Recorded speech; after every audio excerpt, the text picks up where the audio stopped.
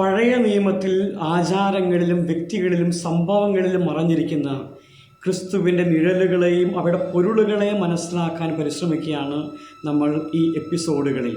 ഈ എപ്പിസോഡ് ആരംഭിക്കുന്നത് ഒരു ഭാവന ലോകത്തു നിന്നാണ്. പഴയ നിയമ കാലഘട്ടത്തിൽ ഒരു കൊച്ചു വീട്, ആ വീടിൻ്റെ മേൽപ്പുരയിൽ രക്തത്തിൽ മുക്കപ്പെട്ട എന്ന് തോന്നിപ്പിക്കുന്ന ഒരു പക്ഷി പറന്നു വന്നിരിക്കുകയാണ്. ആ പക്ഷിയെ കണ്ട് കൗതുകം തോന്നിയ കൊച്ചുകുട്ടി തൻ്റെ അമ്മയോട് ഇങ്ങനെ ചോദിക്കും, അമ്മേ, ആ പക്ഷിക്ക് എന്താണ് പറ്റിയത്? ആ പക്ഷി എന്താണ് ഇങ്ങനെ രക്തത്തിൽ മുക്കപ്പെട്ട പോലെയാണല്ലോ ആ പക്ഷി കാണപ്പെടുന്നത്? അമ്മ അടുത്ത് വന്ന് ആ പക്ഷിയെ സൂക്ഷിച്ച് നോക്കിക്കൊണ്ട് മകനോട് ഇങ്ങനെ പറയും, മകനെ, ഏതോ ഒരു കുഷ്ഠരോഗി അവൻ്റെ രോഗത്തിൽ നിന്ന് മുക്തി പ്രാപിച്ചതിൻ്റെ അടയാളമാണ് രക്തത്തിൽ മുക്കപ്പെട്ട പോലെ വന്നിരിക്കുന്ന ഈ പക്ഷി. ഇതെന്താണ് സംഭവം? ലേവ്യരുടെ പുസ്തകം 14-ാം അധ്യായം 1 മുതലുള്ള വചനങ്ങൾ. ഒരു കുഷ്ഠരോഗി അവൻ്റെ രോഗത്തിൽ നിന്ന് മുക്തി പ്രാപിച്ചാൽ അത് പ്രഖ്യാപിക്കപ്പെടണം. അത് പ്രഖ്യാപിക്കേണ്ടത് പുരോഹിതനാണ്. അത് പ്രഖ്യാപിക്കപ്പെടാൻ വേണ്ടി പുരോഹിതനടുത്തേക്ക് ശുദ്ധിയുള്ള ഒരു ജോഡി പക്ഷികളും അതുപോലെ ഒരു ദേവദാരു മരത്തിൻ്റെ കഷണം, ഒരു ചെമന്ന നൂല്, ഇസോപ്പ് ചെടി ഇതുമായിട്ട് അവൻ കടന്നു ചെല്ലണം. അത് സ്വീകരിച്ച് പുരോഹിതൻ നടത്തുന്ന ഒരു കർമ്മമുണ്ട്. ആ കർമ്മം ഇങ്ങനെയാണ്: ഒരു മൺപാത്രത്തിൽ ശുദ്ധമായ ഉറവ വെള്ളമെടുത്ത് പക്ഷികളിൽ ഒന്നിനെ അതിന് മീതെ വെച്ച് കൊല്ലാൻ പുരോഹിതൻ കൽപ്പിക്കണം. ദേവദാരു, ചെമന്ന നൂല്, ഇസോപ്പ് ചെടി ഇവ മൂന്നും ജീവനുള്ള പക്ഷിയോട് ചേർത്ത് ഉറവ വെള്ളത്തിനു മീതെ കൊല്ലപ്പെട്ട ആ പക്ഷിയുടെ രക്തത്തിൽ അതിനെ മുക്കിയെടുക്കണം. എന്നിട്ട് പുരോഹിതൻ ആ രക്തം കുഷ്ഠരോഗത്തിൽ നിന്ന് ശുദ്ധീകരിക്കപ്പെടേണ്ടവൻ്റെ മേൽ 7 പ്രാവശ്യം തെളിക്കണം. അതിനുശേഷം അവനെ ശുദ്ധിയുള്ളവനായി പ്രഖ്യാപിക്കുകയും ജീവനുള്ള പക്ഷിയെ തുറന്ന സ്ഥലത്തേക്ക് പറത്തി വിടുകയും ചെയ്യും. ജീവനുള്ള പക്ഷി തുറന്ന സ്ഥലത്തേക്ക് പറന്നു പോകുമ്പോൾ അത് കുഷ്ഠരോഗത്തിൽ നിന്ന് മുക്തി പ്രാപിച്ച ആ മനുഷ്യൻ സ്വാതന്ത്ര്യത്തിൻ്റെ ലോകത്തിലേക്ക് പറന്നു പോകുന്ന പോലെ, ഇനി സാധാരണ ഒരു ജീവിതം നയിക്കാനായിട്ട് തയ്യാറെടുക്കുന്ന പോലെ അവന് അനുവാദം കൊടുക്കുന്ന പോലെയാണ് ആ ജീവനുള്ള പക്ഷി, ചത്ത പക്ഷിയുടെ രക്തത്തിൽ മുങ്ങിയ ആ ജീവനുള്ള പക്ഷി പറന്നു പോകുന്നത്. പ്രിയപ്പെട്ടവരെ, ക്രിസ്തുവിൻ്റെ പീഡാസഹനമായി കുരിശിലെ ബലിയുമായി അഭേദ്യമായ ബന്ധം ഈ ആചാര കർമ്മത്തിനുണ്ട്. കുഷ്ഠരോഗത്തെ പാപമായിട്ടാണ് ആത്മീയ തലത്തിൽ വ്യാഖ്യാനിക്കേണ്ടത്. ആത്മാവിൻ്റെ കുഷ്ഠരോഗമാണ് പാപം.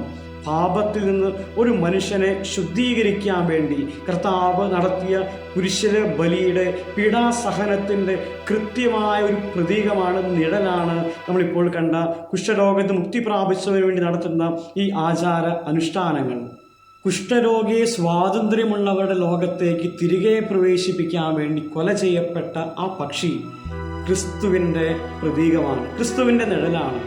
ആ ജീവനുള്ള പക്ഷി, കൊല ചെയ്യപ്പെട്ട പക്ഷിയുടെ രക്തത്തിൽ മുങ്ങി സ്വാതന്ത്ര്യത്തിലേക്ക്, ആകാശത്തിലേക്ക് പറന്നുയർന്ന ആ പക്ഷി, അത് നമ്മൾ ഓരോരുത്തരുമാണ്. പ്രിയപ്പെട്ടവരെ, പാപത്തിൻ്റെ പിടിയിൽ നിന്ന് നമ്മളെല്ലാവരും വിടുതൽ പ്രാപിച്ചത് നമുക്ക് വേണ്ടി പാപപരിഹാര ബലിയായി രക്തം ചിന്തിയ കർത്താവിൻ്റെ പരിഹാര ബലിയുടെ, കർത്താവിൻ്റെ രക്തത്തിൻ്റെ യോഗ്യതയാലത്രേ. ഈ ആചാരത്തിലെ ഓരോ വസ്തുക്കൾക്കും പ്രതീകാത്മകമായ അർത്ഥമുണ്ട്.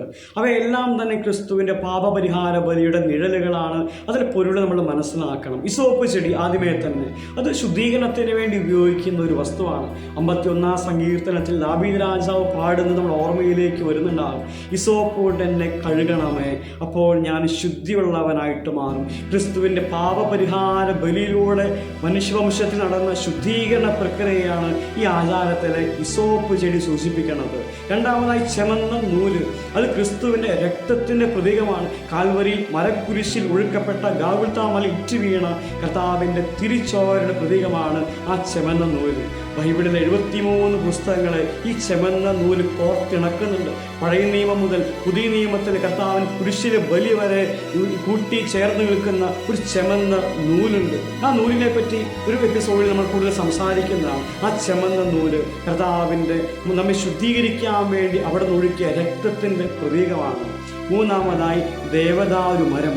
ഈ ദേവദാരു മരത്തിന് പ്രത്യേകതയുണ്ട്. പെട്ടെന്ന് ദ്രവിക്കാത്ത ഒരു മരമാണ് ഈ ദേവദാരു മരം. കർത്താവ് നമുക്ക് വേണ്ടി കുരിശിൽ പാപപരിഹാര ബലി ചെയ്തു. പാപത്തിൻ്റെ വേദനമായ മരണം, മനുഷ്യകുലം മുഴുവൻ്റെയും പാപത്തിൻ്റെ വേദനമായ മരണം, കർത്താവ് പാപം ചെയ്തിട്ടില്ലെങ്കിലും ആ മരണത്തിലൂടെ ആ വേദനത്തിലൂടെ കർത്താവ് കടന്നുപോയി. പക്ഷെ കടന്നുപോയെങ്കിലും ആ മരണത്തിന് കർത്താവിൻ്റെ ശരീരത്തെ അഴുകിക്കളയുവാൻ, അത് മണ്ണിനോട് ചേർക്കുവാൻ കഴിഞ്ഞില്ല. അത് ദ്രവിക്കാതെ അഴുകിപ്പോകാതെ ദൈവം കർത്താവിൻ്റെ ആ ശരീരത്തെ ഉയർത്തി. ദാവീദ് രാജാവ് തൻ്റെ സങ്കീർത്തനങ്ങളിൽ ഈ ദേവദാരുവിൻ്റെ വ്യാഖ്യാനം പരോക്ഷമായി നൽകുന്നുണ്ട്. അവിടുന്ന് എൻ്റെ ആത്മാവിനെ പാതാളത്തിൽ തള്ളുകയില്ല, അവിടുത്തെ പരിശുദ്ധൻ അഴുകിപ്പോകുവാൻ അവിടുന്ന് സമ്മതിക്കുകയില്ല. ഈശോയുടെ പുനരുദ്ധാനത്തെയാണ് ഈ ദേവദാരു സൂചിപ്പിക്കുന്നത്. പാപപരിഹാര ബലി അവിടുന്ന് ചെയ്ത് മനുഷ്യകുലം മുഴുവൻ്റെയും പാപത്തിൻ്റെ ശമ്പളമായ വാങ്ങിയെങ്കിലും അവൻ്റെ ശരീരം അഴുകിപ്പോകുവാൻ ദൈവം സമ്മതിച്ചില്ല, സ്വർഗം സമ്മതിച്ചില്ല. കർത്താവ് മരണത്തെ പരാജയപ്പെടുത്തി ഉദ്ധാനം ചെയ്തു. പ്രിയപ്പെട്ടവരെ, പഴയ നിയമത്തിലെ ആ കുഷ്ഠരോഗിക്ക് സ്വാതന്ത്ര്യം പ്രാപിക്കുവാൻ വേണ്ടി ഒരു പക്ഷിയുടെ രക്തം വിലയായി കൊടുക്കേണ്ടി വന്നെങ്കിൽ പുതിയ നിയമത്തിൽ മനുഷ്യകുലം മുഴുവൻ്റെയും പാപപരിഹാരത്തിന് വേണ്ടി ദൈവപുത്രൻ തൻ്റെ രക്തം പരിഹാര ബലിയായിട്ട് നൽകി. അതുകൊണ്ടാണ് യോഹന്നാൻ ശ്രീഹരി 1-ാം ലേഖനം 1-ാം അധ്യായം 7-ാം വാക്യത്തിൽ ഇങ്ങനെ പറഞ്ഞത്: അവിടുത്തെ പുത്രനായ യേശു ക്രിസ്തുവിൻ്റെ തിരുരക്തം എല്ലാ പാപങ്ങളിൽ നിന്ന് നമ്മെ ശുദ്ധീകരിക്കുന്നു. പ്രിയപ്പെട്ടവരെ, ലേവ്യരുടെ പുസ്തകം 14-ാം അധ്യായത്തിൽ കുഷ്ഠരോഗത്തിൽ നിന്ന് വിടുതൽ കൊടുക്കാൻ വേണ്ടി കൊല ചെയ്യപ്പെട്ട ആ പക്ഷി, തുടർന്നുള്ള ആ ആചാരാനുഷ്ഠാനങ്ങളുടെ ക്രമങ്ങൾ, അത് ഓരോന്നും നൂറ്റാണ്ടുകൾക്ക് ശേഷം സംഭവിക്കാൻ പോകുന്ന ദൈവപുത്രൻ്റെ ബലിയർപ്പണത്തെയും അതിൻ്റെ ഫലത്തിൻ്റെയും നിഴലായിരുന്നു. നമ്മളിപ്പോൾ മുഴുവൻ കേട്ടത് ആ നിഴലിൻ്റെ പൊരുളുകളാണ്. ഈശോ എല്ലാവരെയും സമൃദ്ധമായി അനുഗ്രഹിക്കട്ടെ.